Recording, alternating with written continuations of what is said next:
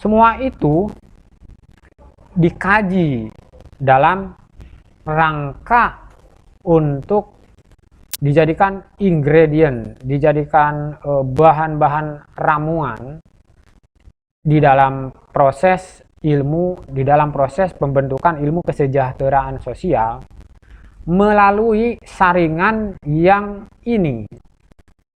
Maka ilmu kesejahteraan sosial dengan demikian adalah ilmu interdisipliner, ilmu interdisiplin.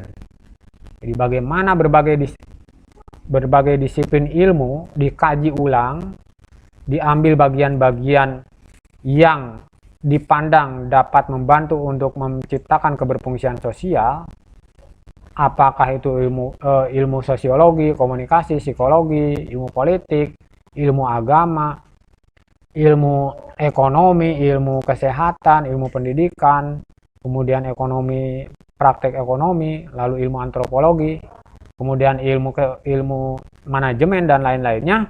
Kemudian semua itu disaring melalui bagaimana nilai agamanya, bagaimana nilai hak asasi manusianya, bagaimana keadilan sosialnya, nilai persamaan sosial, dan memperhatikan keunikan dan keragaman manusia. Disinilah ilmu kesejahteraan sosial itu menemukan epistemologinya. Melalui saringan-saringan inilah kemudian semuanya itu ditujukan dalam rangka ilmu-ilmu ini, dalam rangka untuk mencapai keberfungsian sosial individu dan masyarakat. Ini adalah tujuan utama dari ilmu kesejahteraan sosial dan praktek profesi pekerjaan sosial. Assalamualaikum warahmatullahi wabarakatuh. Salam kesejahteraan sosial di Indonesia Pekerja Sosial. Berjumpa lagi dengan saya Asep Gahidin. Kali ini kita akan membahas tentang masih di sekitar tema-tema ilmu kesejahteraan sosial ya, dan praktek pekerjaan sosial. Baik, pada kesempatan kali ini kita akan memperbincangkan bagaimana posisi ilmu-ilmu yang lain di dalam pembahasan ilmu kesejahteraan sosial.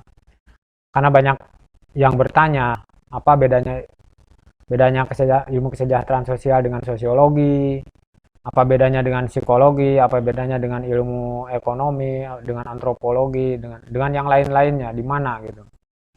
Nah, disinilah kita akan membahas di mana sih sebenarnya posisi ilmu-ilmu yang lain di dalam pembahasan ilmu kesejahteraan sosial itu.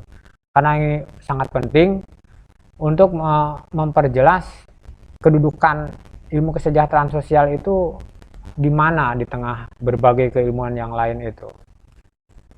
Sehingga ini memberikan suatu kejelasan epistemologis yang bisa disampaikan kepada masyarakat ya. Dan tentu saja bagi Anda yang baru memahami atau ingin memahami ilmu kesejahteraan sosial itu apa, pertemuan ini akan menjelaskan tentang semua itu ya. Mudah-mudahan bisa membuka pemahaman ya. Nah, jadi kira-kira itu yang akan kita bahas sekarang. Nah, baik, untuk itu saya akan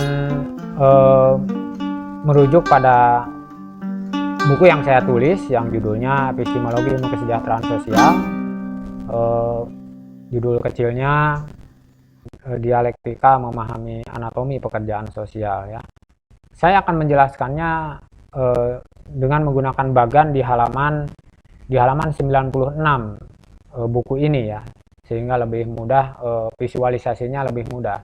Nah, nanti kita akan jelaskan satu-satu bagaimana dasar sejarah kemunculannya, sejarah kemunculan keilmuannya, sejarah praktek pekerjaan sosial seperti apa, kemudian apa muncul kebutuhan ilmu, kemudian ilmu-ilmu itu kemudian ingredient dijadikan bahan-bahan yang kemudian muncul ilmu tersendiri, yaitu ilmu kesejahteraan sosial yang melahirkan praktek pekerjaan sosial sebagai sebuah profesi gitu ya. Nah, inilah poin-poin yang akan kita bahas. Mari kita mulai ya. Nah, petanya bagannya seperti ini ya, di halaman 96. Jadi ini saya sebut sebagai anatomi pekerjaan sosial. Nah, mari kita lihat satu-satu seperti apa. Kita akan mulai dari urutannya dari paling bawah ya, seperti ini. Kita akan lihat satu-satu. Nah, ini saya akan menjelaskan dari paling dasar ini sampai nanti ke pembangunan sosialnya ya. Nah, ini di buku saya yang judulnya Epistemologi Ilmu Kesejahteraan Sosial, Perjalanan Dialektika Memahami Anatomi Pekerjaan Sosial Profesional. Buku ini Anda bisa dapatkan gratis download di internet ya. Anda tinggal klik di Google aja, klik di situ Epistemologi Ilmu Kesejahteraan Sosial. Itu Anda klik, silakan, banyak yang akses yang gratis ya. Karena saya memang gratiskan ini. Karena kesepakatan dengan penerbit, buku ini hak ciptanya ada pada saya. Nah, jadi kalau ada yang jual buku ini di internet, itu mungkin orang-orang yang sedang membutuhkan nafkah ya. Tapi Anda, sebenarnya buku ini gratis, saya gratiskan, tapi gak tahu kok ada yang jual itu. Ya tidak apa-apalah. Dijualnya murah lagi. Padahal buku ini mahal sekali. Nah, di dalam buku inilah di halaman 96 kita akan membahas bagaimana kedudukan ilmu-ilmu yang lain di dalam pembahasan ilmu kesejahteraan sosial. Ilmu sosiologi, ilmu psikologi, ilmu politik, ilmu ekonomi, ilmu pendidikan, ilmu dan lain-lainnya. Nah, ini halaman 96 ya. Nama bagannya ini Anatomi Pekerjaan Sosial Profesional. Ini saya tulis buku ini tahun 2016 ya. Jadi sekarang ini sedang direvisi tapi belum selesai, tapi bagannya kita bisa gunakan untuk pembahasan kali ini ya.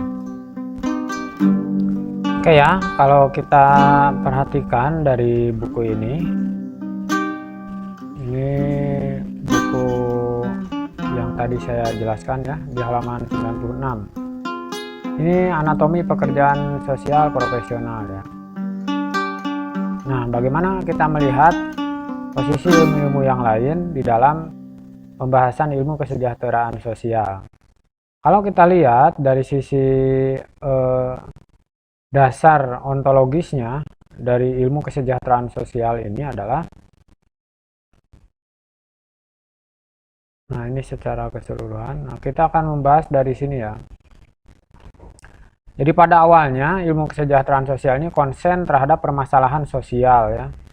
Ini penderitaan, permasalahan sosial, penderitaan dan permasalahan individu dan keluarga, kemudian bencana atau konflik atau masalah-masalah penelitian terkait permasalahan sosial, bahkan kemudian ada masalah kekerasan, ya pendek kata masalah kehidupan sosial ya.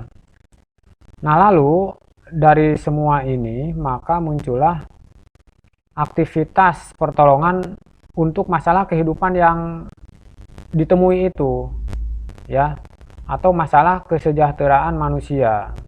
Nah, jadi aktivitas sosial ini bisa dilakukan oleh individu maupun oleh masyarakat ya, dalam kelompok, organisasi atau yang lainnya.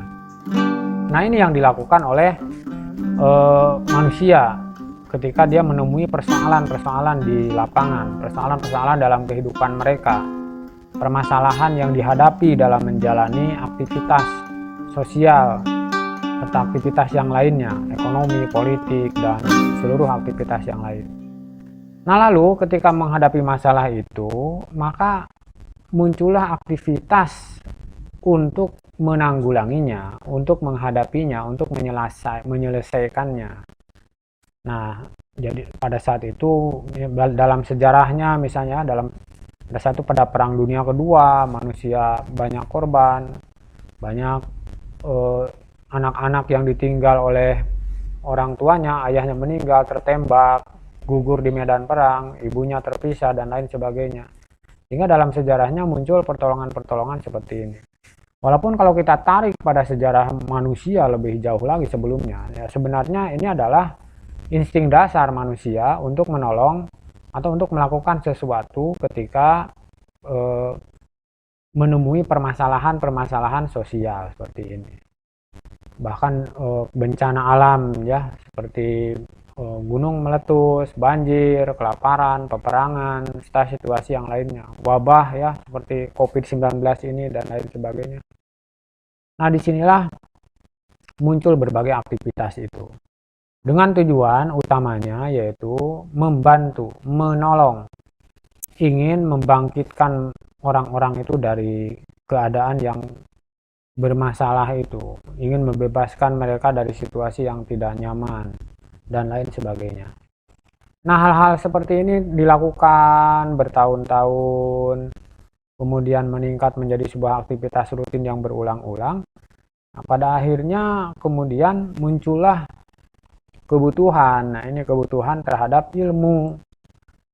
Bagaimana ilmu yang baik dalam melakukan aktivitas pertolongan, apa saja, dan serta bagaimana pengetahuan yang bermanfaat, metode yang bagus seperti apa, ketika aktivitas-aktivitas kegiatan dalam proses pertolongan ini dilakukan, ya, dalam kegiatan program-program sosial tersebut dilakukan.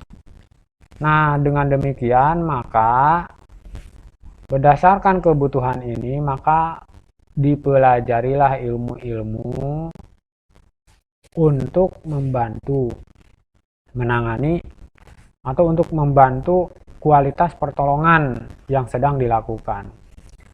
Muncul permasalahan, ingin memahami masalah sosial, maka dipelajarilah ilmu sosiologi. Ilmu sosiologi dibaca, dipahami teori-teori relasi, teori-teori stratifikasi, banyak teori-teori yang lain, supaya orang-orang itu lebih bagus memahami masyarakat, ya.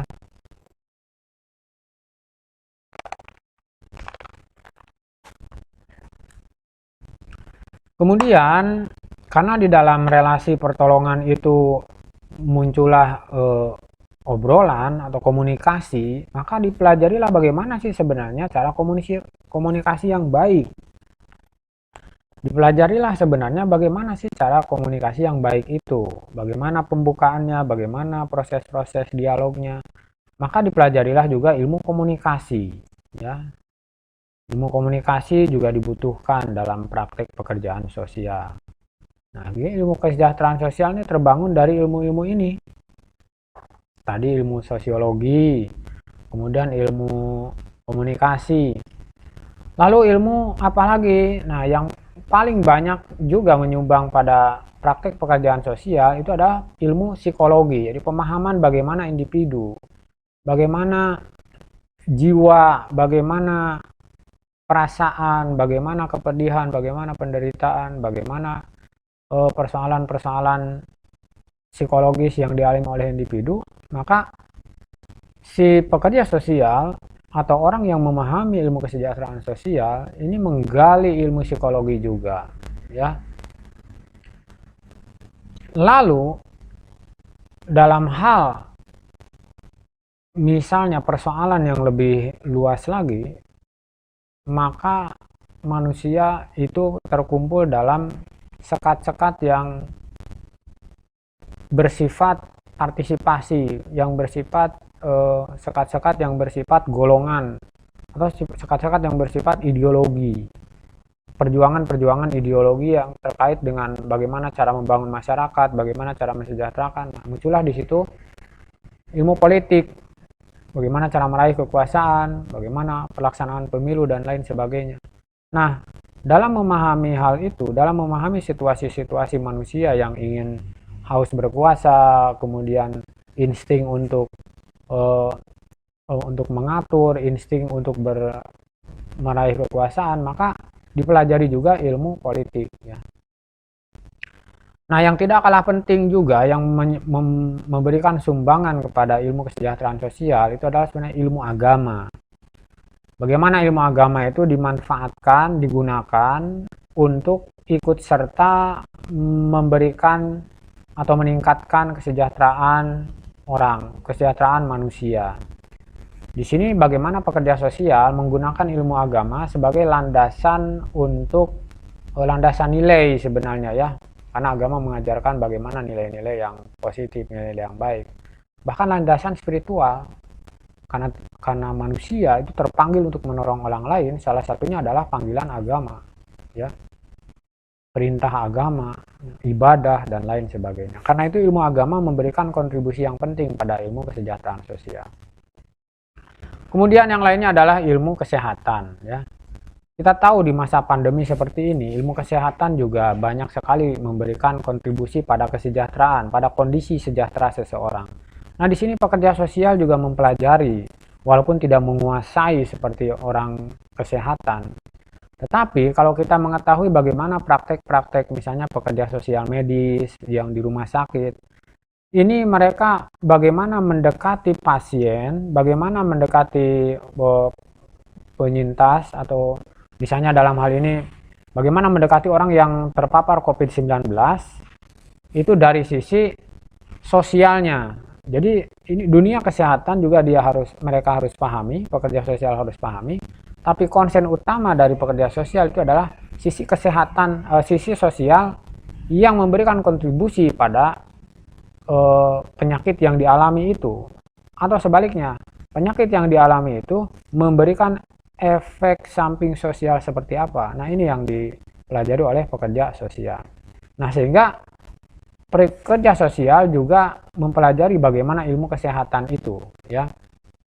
Lalu ilmu pendidikan, ya, apalagi peran pekerja sosial sebagai edukator, dia harus tahu bagaimana ilmu mendidik.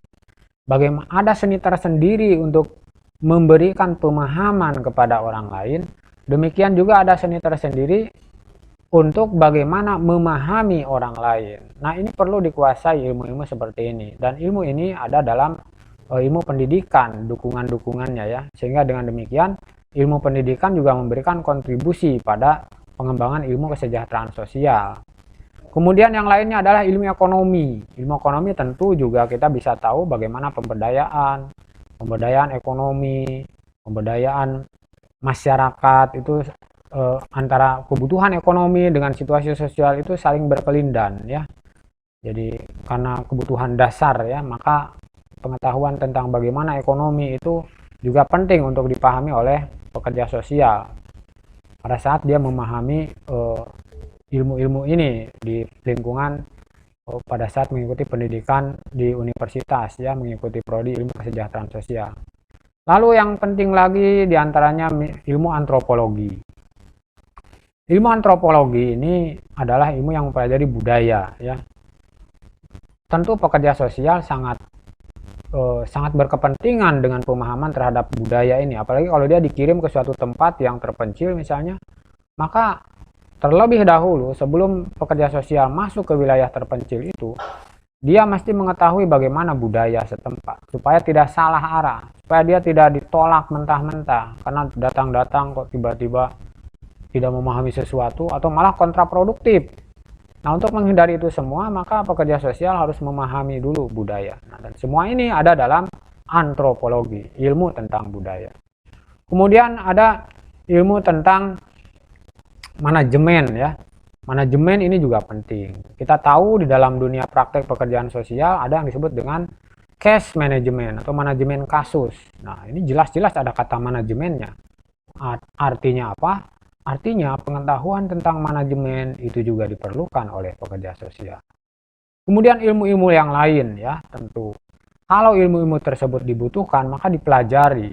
Nah, saudara sekalian, ilmu-ilmu ini yang tadi saya jelaskan, ilmu psikologi, komunikasi, ilmu sosiologi, komunikasi, psikologi, ilmu politik, ilmu agama, ilmu ekonomi, ilmu kesehatan, ilmu pendidikan, kemudian ekonomi, praktek ekonomi, lalu ilmu antropologi, kemudian ilmu manajemen dan lain-lainnya, semua itu dikaji dalam rangka untuk dijadikan ingredient, dijadikan bahan-bahan ramuan di dalam proses ilmu, di dalam proses pembentukan ilmu kesejahteraan sosial melalui saringan yang ini.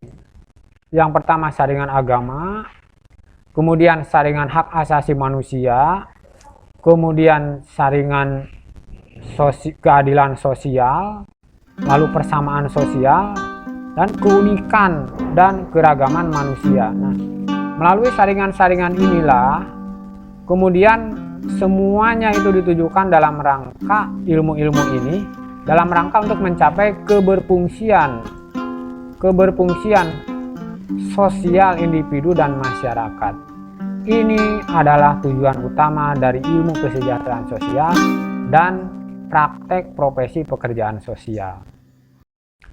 Di dalam konteks seperti inilah bagaimana kedudukan ilmu-ilmu lain yang ini di dalam pembahasan ilmu kesejahteraan sosial.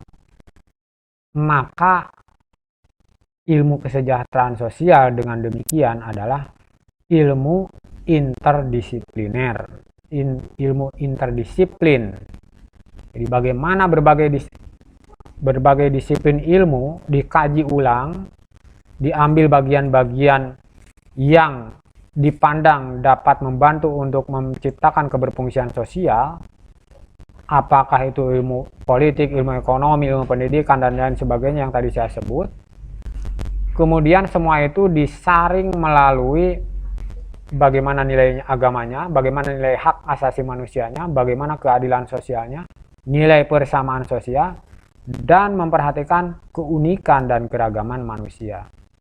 Disinilah ilmu kesejahteraan sosial itu menemukan epistemologinya dari ontologis yang tadi kita bahas di bawah ini. Nah, lalu kita bertanya, ilmu kesejahteraan sosial ini adalah untuk apa dipelajari? Nah, kita tahu bahwa ilmu kesejahteraan sosial ini adalah applied science, ilmu terapan. Ilmu yang dipelajari dengan tujuan untuk diterapkan, untuk dipraktekkan. Jadi tidak untuk diingat-ingat, dibayang-bayang dalam kepala lalu menjadi orang pintar. Tidak untuk itu. Ilmu kesejahteraan sosial adalah ilmu yang didedikasikan untuk dijadikan latar belakang praktek pekerjaan sosial. Dan praktek pekerjaan sosial itu adalah sebuah profesi. Nah, disinilah aksiologi dari ilmu itu. Jadi aksiologi adalah profesi pekerjaan sosial yang dia bisa saja disebut sebagai case worker atau pekerja sosial, bisa disebut community worker atau pekerja komunitas, maupun sebutan-sebutan yang lainnya pekerja sosial dalam settingan yang lebih makro.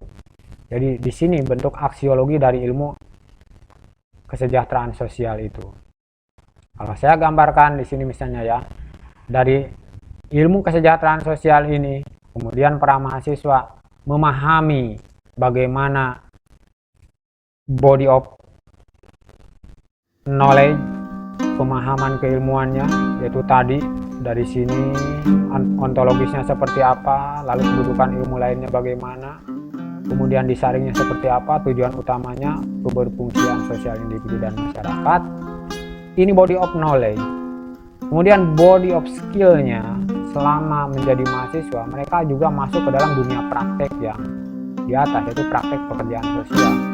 Mereka mengikuti praktikum, praktek lapangan, banyak sekali, bahkan ada mata kuliah yang ada di prodi kesejahteraan sosial itu hampir semuanya mengandung unsur praktek, karena disitulah terbangun bagaimana body of skill-nya diberikan kepada para mahasiswa itu.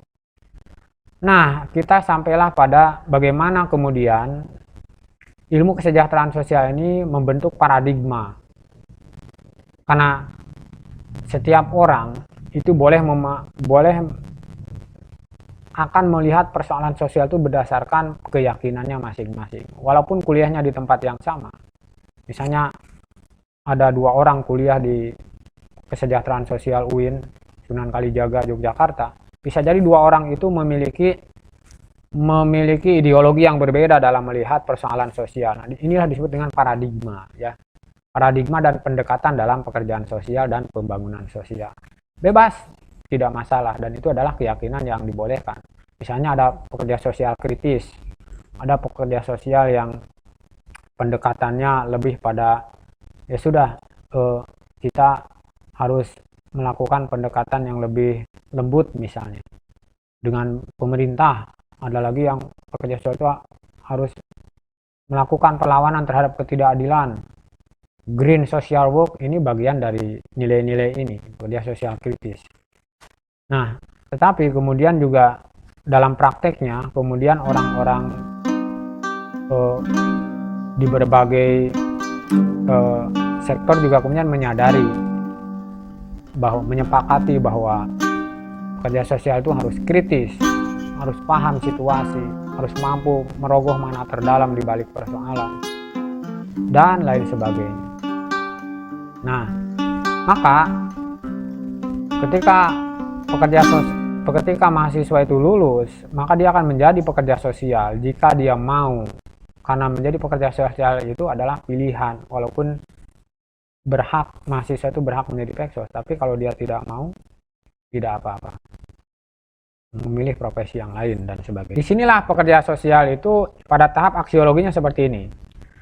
Berdasarkan pelajaran yang mahasiswa dapatkan di bangku kuliah ilmu kesejahteraan sosial di prodi ilmu kesos, maka masing-masing mahasiswa itu akan terbentuk paradigma, tergantung dia aktif di mana, bergaul dengan siapa, dosennya siapa, cara ngajar dosennya seperti apa, buku-buku apa yang dia baca, aliran apa yang selama ini dia dalami, maka paradigma mana yang dia tentukan itu akan tergantung latar belakang yang tadi saya sebut itu. Nah, kemudian dia juga akan memiliki pendekatan dalam pekerjaan sosial. Seperti apa pendekatan dalam praktek pekerjaan sosial dan lebih jauh lagi pembangunan sosial. Maka orang-orang itu akan menjadi pekerja sosial di tingkat mikro, ataukah di tingkat meso, ataukah di tingkat makro. Biasanya ini hanya bisa dipilah-pilah dalam teori. Nah, kenyataannya di lapangan sebenarnya antara mikro, meso, dan makro itu tidak bisa dipisahkan satu sama lain. Karena kita tahu bahwa di dalam mikro itu ada di dalam makro. Sebaliknya makro juga tidak mungkin tanpa tersusun dari yang mikro. Jadi demikian juga dalam memahaminya ya. Kita hanya akan bagus memahami yang besar jika kita mengetahui detail. Sebaliknya kita juga akan bagus mengetahui yang detail kalau kita melihat secara keseluruhan persoalan. Disinilah mikro, meso, dan makro itu hanya bisa dipisahkan dalam teori sebenarnya, tapi di lapangan ya semuanya menyatu, jadi satu kesatuan utuh. Dalam prakteknya seperti itu. Nah, maka dari sinilah para pekerja sosial itu berjuang di lembaga, di organisasi, di masyarakat, atau buka praktek sendiri. Sekarang sudah keluar ya aturan praktek pekerjaan sosialnya, izin praktek. Nah, lalu pada akhirnya semua ini akan membantu melahirkan suatu kebijakan yang pada tingkat kebijakan ini biasanya dilahirkan oleh pemerintah, baik dalam peraturan bagaimana perundangan maupun perda atau perundangan tingkat nasional. Kebijakan seperti apa yang diambil di sektor-sektor sosial ini juga mendapatkan kontribusi dari lapangan, dari para pekerja sosial ini, dan kontribusi dari pemikiran-pemikiran yang berkembang di universitas, salah satunya di prodi ilmu kesejahteraan sosial di berbagai universitas. Nah, pada akhirnya akan terbentuklah sebuah pembangunan sosial yang menjadi suatu keseluruhan dari aktivitas semua ini, aktivitas sosial ini. Itulah bagaimana pembangunan sosial itu didedikasikan hal-hal yang lebih baik ya. Bagaimana pembangunan sosial itu merupakan satu kesatuan dari semua aktivitas kegiatan sosial yang dilakukan oleh pekerja sosial khususnya maupun aktivitas lain yang dilakukan oleh profesi yang lain serta individu maupun kelompok dan masyarakat yang lain. Inilah gambaran utuh dari anatomi pekerjaan sosial itu. Seperti ini gambaran utuhnya ya. Maka semua kesatuan inilah yang menjadi pemahaman epistemologis daripada ilmu kesejahteraan sosial itu. Di situ ada ontologi, di situ ada aksiologi, dan filsafat keilmuannya. Mungkin itu untuk kajian kali ini, agak cukup berat, tapi menurut saya sangat penting untuk dipelajari, untuk dipahami. Silahkan Anda cerna, diskusikan. Kalau ada pertanyaan silahkan sampaikan di kolom di bawah, di kolom komentar ya. Demikian dari saya pada pertemuan kali ini. Sampai berjumpa di pertemuan berikutnya tentang materi-materi yang lain. Sampai jumpa kembali di Indonesia Pekerja Sosial dalam perbincangan dan pembahasan yang lainnya. Assalamualaikum warahmatullahi wabarakatuh.